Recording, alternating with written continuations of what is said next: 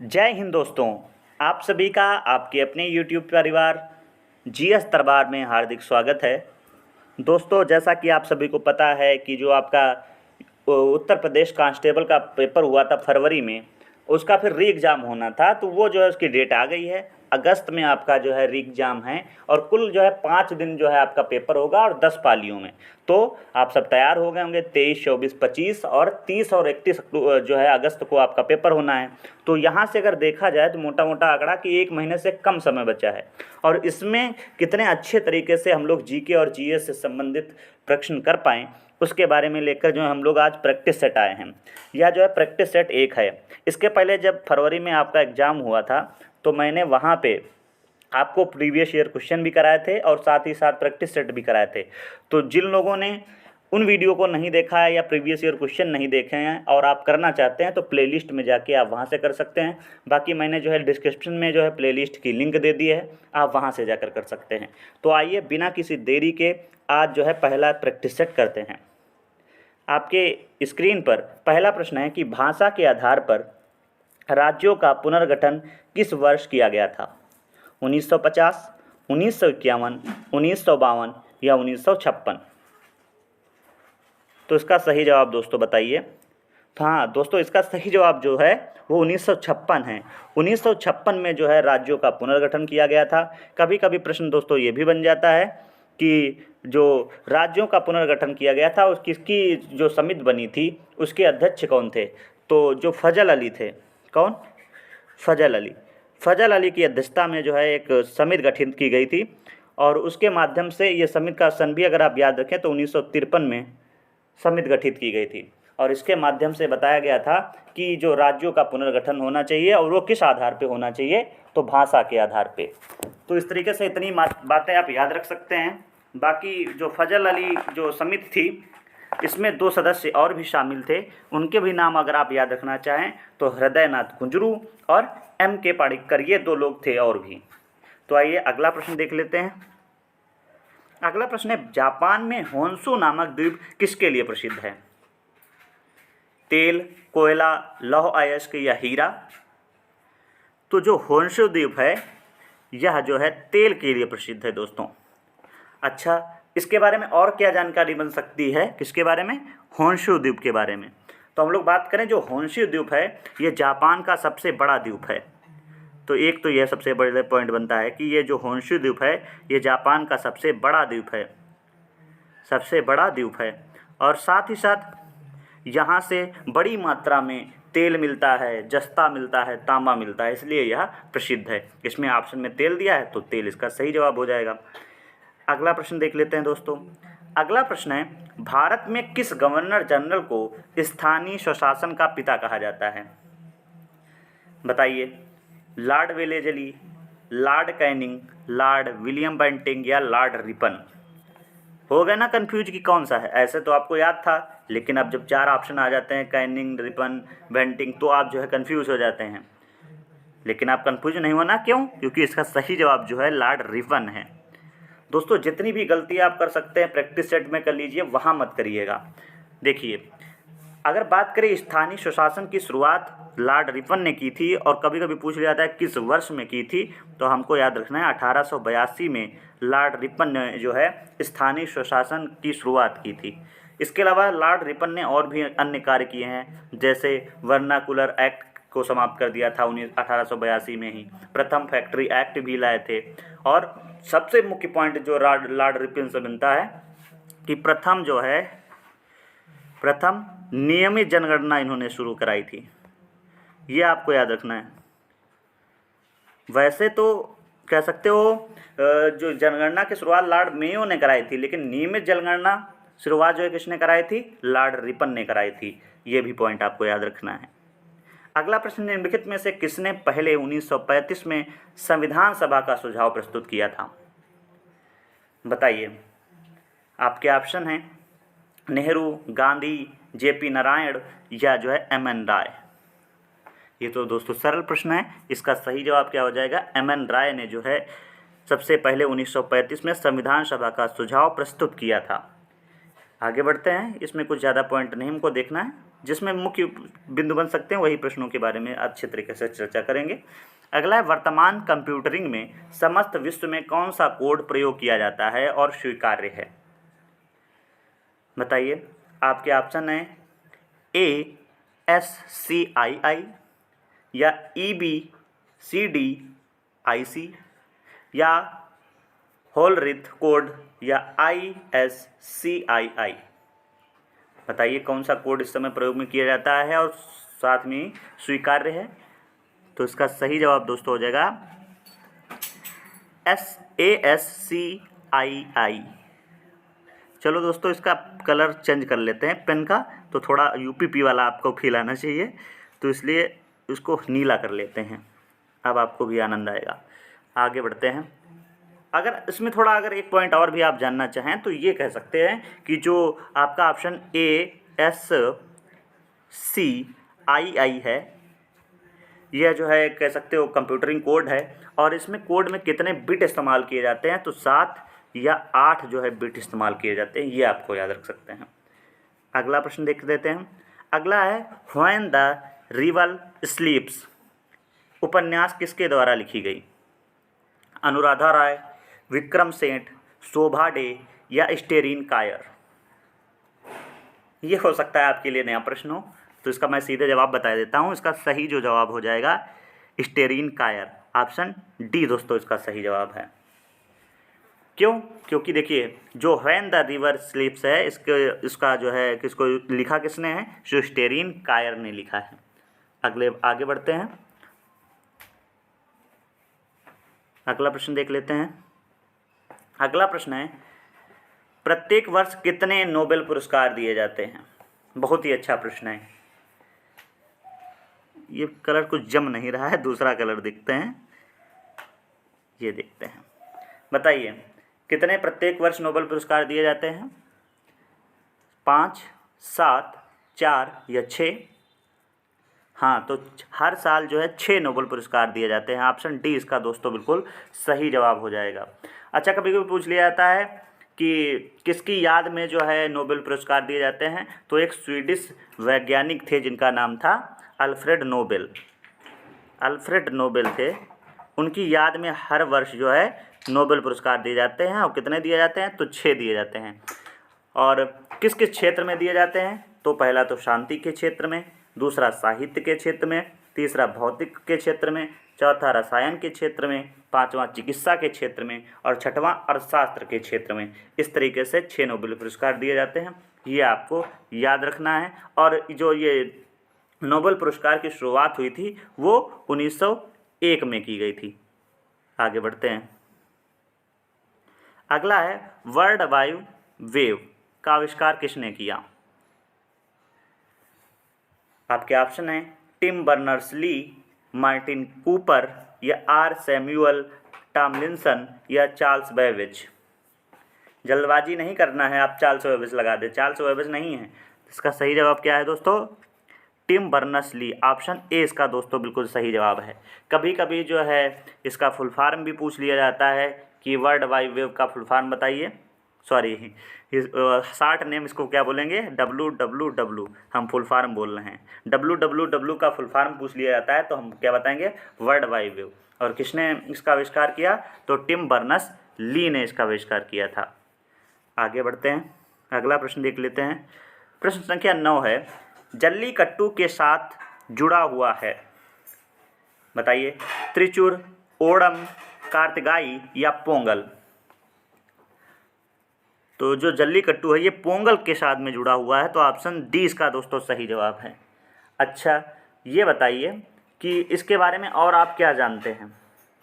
तो सबसे पहले बात करें जल्लीकट्टू, जो जल्लीकट्टू है ये तमिलनाडु से संबंधित है, तो ये भी आपको याद रखना है। किससे? तमिलनाडु से संबंधित है जल्लीकट्टू। ठीक है, आगे बढ़ते हैं। अगला प्रश्न है, भारत में महिलाओं के लिए आरक्षण उपलब्ध है? आपके ऑप्शन है लोकसभा में, राज्य विधानसभाओं में, पंचायती राज निकायों में या उपरोक्त सभी स्थानों पर। तो इसका सही जवाब है कि पंचायती राज निकायों में जो है महिलाओं के लिए आरक्षण उपलब्ध है। तो ऑप्शन सी इसका दोस्तों बिल्कुल सही जवाब है। और कभी कभी पूछ लिया जाता है कि संविधान संशोधन के द्वारा जो है ये पंचायतों की शक्ति प्रदान की गई है। तो 73वें और 74वें संविधान संशोधन के द्वारा, 73वें और 74वें संविधान संशोधन के द्वारा इनको आरक्षण की शक्ति प्रदान की गई है। और 11वीं और 12वीं अनुसूची में इनका वर्णन है। और राज्यसभा और लोकसभा में महिलाओं के लिए कोई भी आरक्षण की व्यवस्था नहीं की गई है, सिर्फ और सिर्फ की गई है तो पंचायती राज निकायों में की गई है। आगे बढ़ते हैं। अगला है, भारत में सबसे पहली जनगणना किस वर्ष हुई थी? अभी देखो नियमित जनगणना मैंने पॉइंट बताया था, अब यहाँ पे प्रश्न देखो अलग आ गया।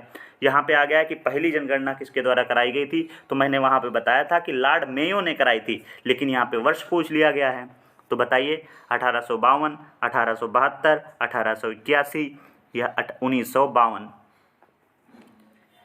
तो इसका सही जवाब क्या हो जाएगा? 1872 में पहली बार जनगणना कराई गई थी।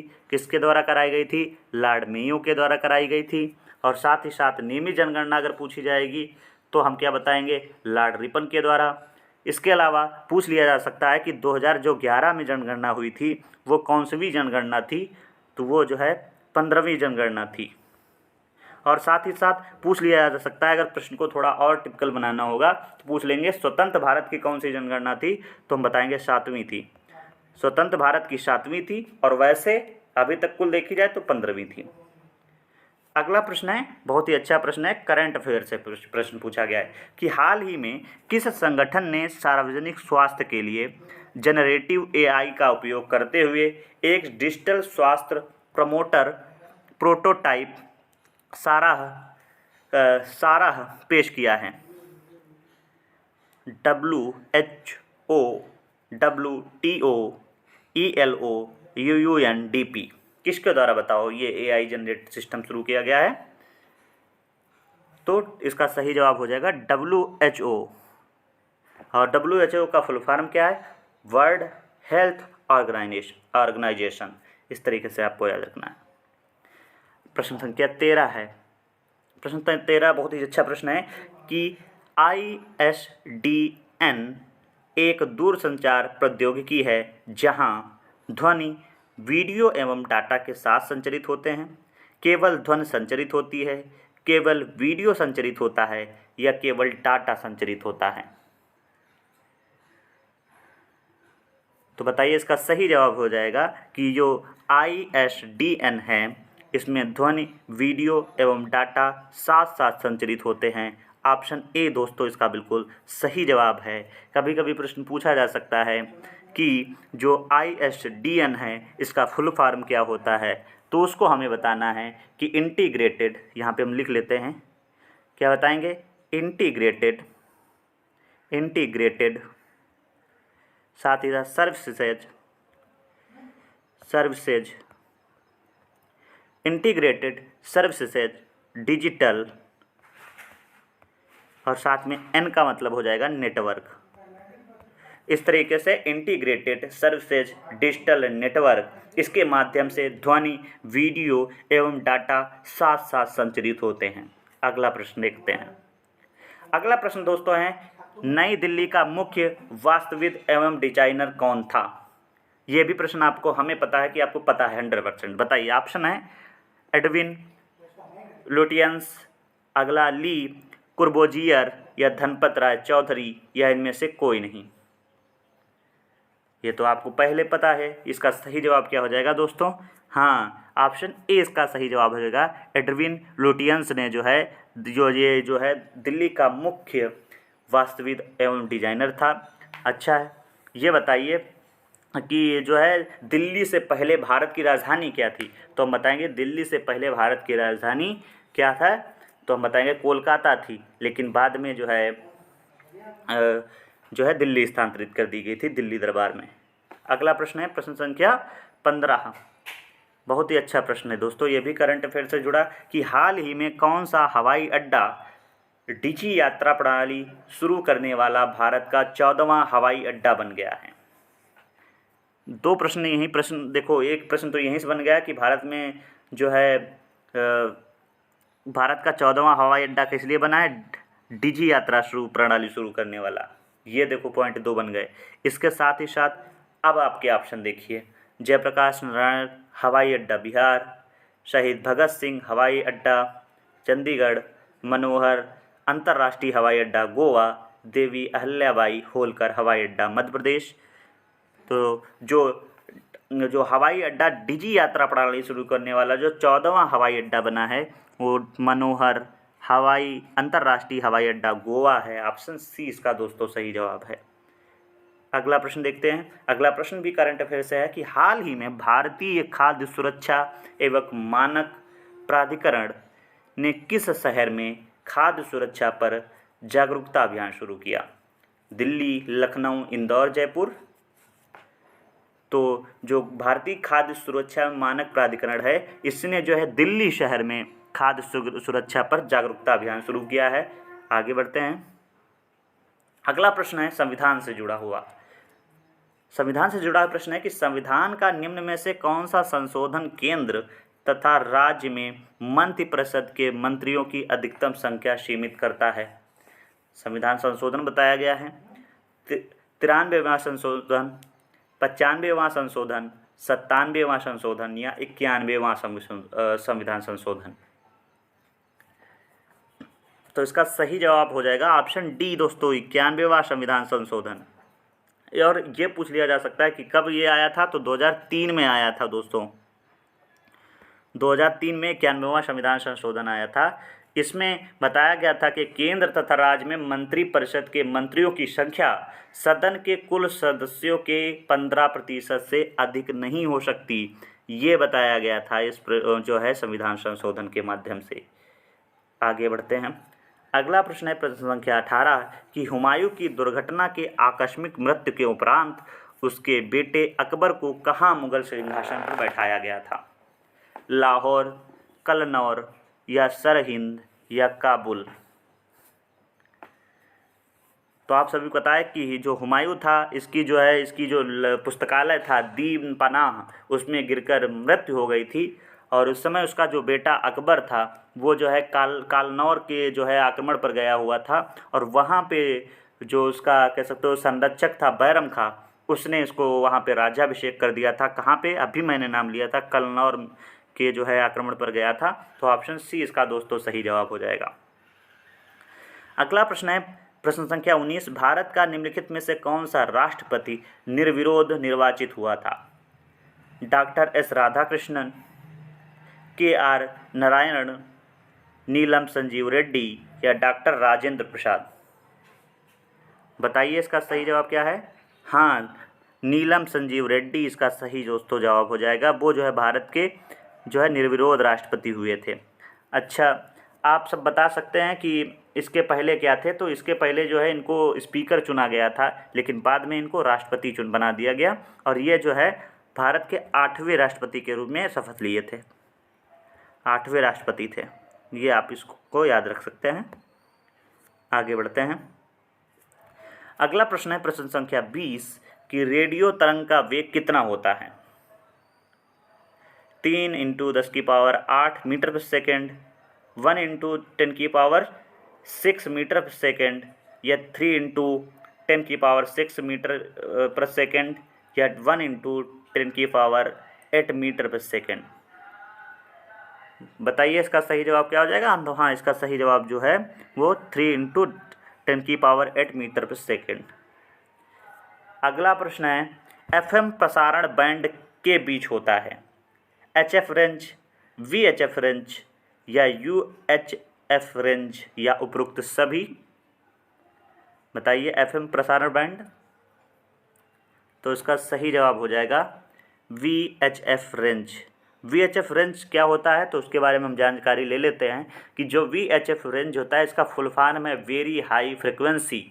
और इसकी रेंज जो होती है वो कभी कभी पूछी जा सकती है, तो वो आपको याद रखना है 30 MHz से 300 MHz होती है। आगे बढ़ते हैं। अगला प्रश्न है टेप रिकॉर्डर में टेप की चाल कितनी होती है? 5 मीटर पर सेकेंड, 10 सेंटीमीटर पर सेकेंड या 3.75 सेंटीमीटर प्रति सेकंड या 4.76 सेंटीमीटर प्रति सेकंड। तो इसका सही जवाब दोस्तों हो जाएगा 4.76 सेंटीमीटर प्रति सेकंड। अगला प्रश्न है, क्या नदी के प्रवाह को मापने के लिए निम्न में से किसका प्रयोग किया जाता है? Beaufort scale, Richter scale, cusec scale या एनीमोमीटर? है ना अच्छा प्रश्न, बताइए फिर इसका जवाब। हाँ, क्यूसेक का प्रयोग किया जाता है, नदी के प्रवाह को मापने के लिए किया जाता है। आगे बढ़ते हैं। अच्छा ये बताइए, रिक्टर स्केल का प्रयोग किस लिए किया जाता है? तो जो ये रिक्टर स्केल होता है इसको मापने के लिए किसका प्रयोग किया जाता है? भूकंप की तरंगों को नापने के लिए रिक्टर स्केल का प्रयोग किया जाता है। और ब्यूफोर्ट स्केल का प्रयोग समुद्र में जो हवा की गति होती है उसको मापने के लिए। और एनीमोमीटर तो आपको पता है कि पृथ्वी तल पर कितनी हवा है उसके बारे में जानकारी प्राप्त करते हैं। तो आपको चारों पता हो गए, ठीक है, आगे बढ़ते हैं। अगला प्रश्न देख लेते हैं। प्रश्न संख्या आपका है 24 कि सुपरसोनिक स्पीड मापने की यूनिट क्या है? मैक, नॉट, रिक्टर या हर्ट्ज? तो सुपरसोनिक स्पीड मापने की यूनिट होती है मैक। ऑप्शन ए इसका दोस्तों सही जवाब हो जाएगा। कभी कभी पूछ लिया जाता है कि जो है मैप क्या है, तो मैक का जो मान होता है वो 1 होता है। इसके साथ साथ मैप का जो अगर मान निकालेंगे तो वस्तु की गति बटे माध्यम में ध्वनि की गति, इस तरीके से मैप निकाला जाता है। अगला देखते हैं। प्रश्न संख्या 25 है, खाद्यान्नों के संरक्षण हेतु निम्न में से किसका प्रयोग किया जाता है? Vinegar, sodium chloride, potassium permanganate या सोडियम बेंजोएट? तो जो खाद्यान्न होते हैं उनके संरक्षण के लिए सोडियम बेंजोएट का प्रयोग किया जाता है। और अगर हम बात करें सोडियम बेंजोएट का रासायनिक सूत्र क्या होता है, तो आपको याद रखना है NaC7H5O2। ये जो है इसका रासायनिक सूत्र है। आगे बढ़ते हैं। प्रश्न संख्या 26 है, किसी स्थान की आर्द्रता जानने के लिए निम्न में से किसका प्रयोग किया जाता है? हाइग्रोमीटर, पायरोमीटर, पेरिस्कोप या हाइड्रोमीटर? आप सब अगर कंफ्यूज होते होंगे तो हाइग्रोमीटर और हाइड्रोमीटर में होंगे। तो इसका सही जवाब मैं पहले बता देता हूँ, फिर इसके बारे में इस तरह चर्चा करता हूँ कि किसी स्थान की आर्द्रता जानने के लिए हम लोग जो है हाइग्रोमीटर का प्रयोग करते हैं। अच्छा आप सब बताइए, पायरोमीटर का प्रयोग किस लिए किया जाता है? तो पायरोमीटर का प्रयोग किया जाता है, अगर हम यहाँ पे बात करें तो पायरोमीटर का प्रयोग सतह का तापमान मापने के लिए, सतह का तापमान मापने के लिए जो है हम लोग पायरोमीटर का प्रयोग किए जाते हैं। और साथ ही साथ जो हाइड्रोमीटर होता है इसका प्रयोग हम लोग किस लिए करते हैं? तो अगर हम हाइड्रोमीटर की बात करेंगे तो इसका प्रयोग द्रवों के आपेक्षिक घनत्व के लिए, आपेक्षिक घनत्व को नापने के लिए। तो ये आपको याद रखना, हाइड्रोमीटर का प्रयोग किसी स्थान की आर्द्रता जानने के लिए और हाइड्रोमीटर का प्रयोग जो है द्रवों के अपेक्षित घनत्व को मापने के लिए, पायरोमीटर का प्रयोग सतह का तापमान जानने के लिए, और लास्ट बचा आपका जो है पेरिस्कोप।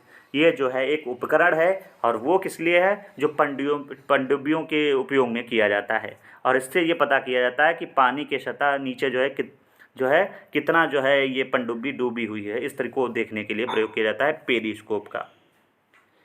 प्रश्न संख्या 27 दोस्तों हैं कि वह कौन सी पर्यावरणीय परत है जो विकिरण को वापस पृथ्वी में प्रत्यावर्तित करती है?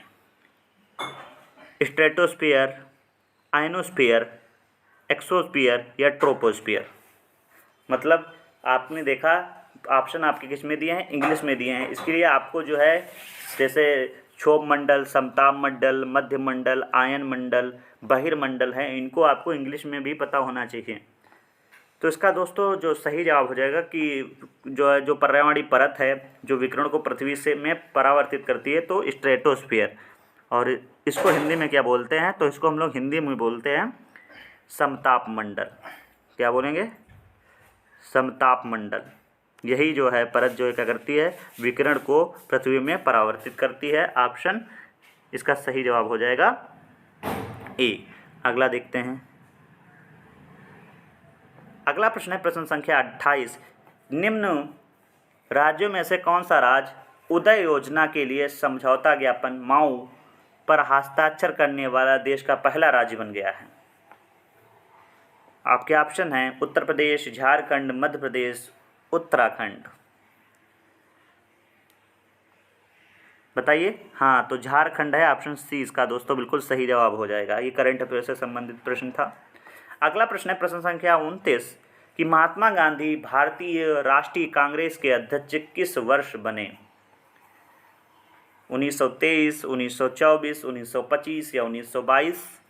तो हाँ, इसका सही जवाब हो जाएगा 1924 में महात्मा गांधी जी जो है भारतीय राष्ट्रीय कांग्रेस के अध्यक्ष के रूप में चुने गए थे। और साथ ही साथ यह कह सकते हो इन्होंने जो है 40वें अधिवेशन की अध्यक्षता की थी। किस अधिवेशन की? 40वें अधिवेशन की अध्यक्षता की थी। और ये अधिवेशन कहाँ हुआ था? तो ये जो अधिवेशन हुआ था वो बेलगांव में हुआ था, बेलगांव। और दोस्तों ये बेलगांव है कहाँ? तो ये बेलगांव जो है ये कर्नाटक में पड़ता है। इतना आपको यहाँ से याद रखना है। वैसे बाकी बहुत से प्रश्न हैं जो यहाँ से बनते हैं अधिवेशन से, तो मैं उसकी इतनी चर्चा नहीं करूँगा। सिर्फ इतना याद रखना है कि महात्मा गांधी जी ने जो है 1924 में कांग्रेस के 40वें अधिवेशन की अध्यक्षता की थी और यह अधिवेशन कर्नाटक के बेलगांव में हुआ था। बस इतना बहुत है। अगला प्रश्न है प्रश्न संख्या 30। क्रीमी लेयर संबंधित है बायोस्फीयर से, कुक्कुट पालन से, सामाजिक और आर्थिक हालात से या दुग्ध उत्पादों से? बताइए इसका सही जवाब क्या है। तो क्रीमी लेयर समझ गए होंगे, सामाजिक और आर्थिक हालात से है, तो ऑप्शन बी इसका दोस्तों सही जवाब है। अच्छा, क्रीमी लेयर शब्द का प्रयोग किसने किया था? तो एक आयोग बनाया गया था 1971 में। कब? 1971 में दोस्तों एक आयोग बना था जिसका नाम था सत्तानाथन आयोग। सत्तानाथन आयोग द्वारा जो है इस शब्द का सबसे पहले प्रयोग किया गया था और इस शब्द का प्रयोग जो है अन्य पिछड़ा वर्ग के अमीर और शिक्षित परिवारों के लिए आयोग ने किया था। ये आपको याद रखना है। अब देखो अगला प्रश्न फिर करंट अफेयर से है कि हाल ही में समाचारों में रहा सेनकाकू द्वीप किस सागर में स्थित है? एक तरीके से देखा जाए तो ये भूगोल से संबंधित भी प्रश्न है और साथ ही साथ आपका करंट अफेयर से भी। तो आपके ऑप्शन है लाल सागर, दक्षिण चीन सागर, पूर्वी चीन सागर या काला सागर। तो इसका जवाब आप समझ गए होंगे कि अगर आपने थोड़े भी भूगोल पढ़े होंगे तो आप तुरंत बता देंगे कि इसका संबंध पूर्वी चीन सागर से है। अगला प्रश्न है विश्व स्वास्थ्य दिवस 2024 की थीम क्या है या विषय क्या है? एक निष्पक्ष स्वस्थ दुनिया का निर्माण, मेरा स्वास्थ्य मेरा अधिकार, हमारा ग्रह हमारा स्वास्थ्य या नर्सों और दाइयों का समर्थन करें। तो विश्व स्वास्थ्य दिवस कब मनाया जाता है ये आप सब कमेंट बॉक्स में बताइए और साथ ही साथ इसकी थीम क्या है मैं वो बता देता हूँ। विश्व में मेरा स्वास्थ्य मेरा अधिकार या जो है विश्व स्वास्थ्य दिवस 2024 की थीम है। आपको कमेंट बॉक्स में बताना है कि विश्व स्वास्थ्य दिवस कब मनाया जाता है। ये भी प्रश्न बहुत इंपॉर्टेंट है। अगला प्रश्न है करंट अफेयर से संबंधित, हाल ही में किस देश ने नशीली दवाओं के दुरुपयोग पर राष्ट्रीय आपातकाल की घोषणा की है? सिएरा लियोन, गिनी, माली या नाइजीरिया? बहुत ही अच्छा प्रश्न है और बहुत ही अच्छा आपने जवाब भी दिया है कि सिएरा लियोन जो है यह ऐसा देश है जिसने नशीली दवाओं के दुरुपयोग पर राष्ट्रीय आपातकाल की घोषणा की है। अगला प्रश्न है प्रश्न संख्या 34। बहुत ही अच्छा प्रश्न है।